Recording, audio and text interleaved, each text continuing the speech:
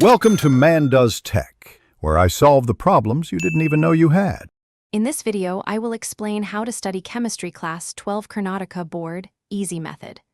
Begin by dividing the syllabus into manageable sections and set clear weekly goals. Prioritize high-weight chapters and schedule theory, numericals, and revision slots every day.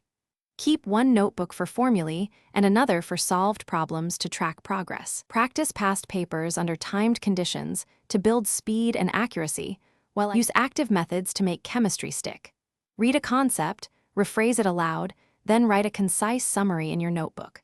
Solve at least 5 numerical problems per session, targeting different difficulty levels to build confidence.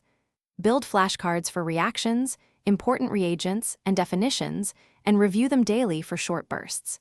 Teach a peer or an imaginary student to test your understanding and uncover gaps you can fix quickly. Focus exam prep on past papers and time management.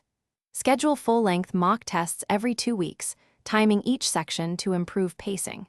Review your mistake log after each test and rework errors until they feel familiar.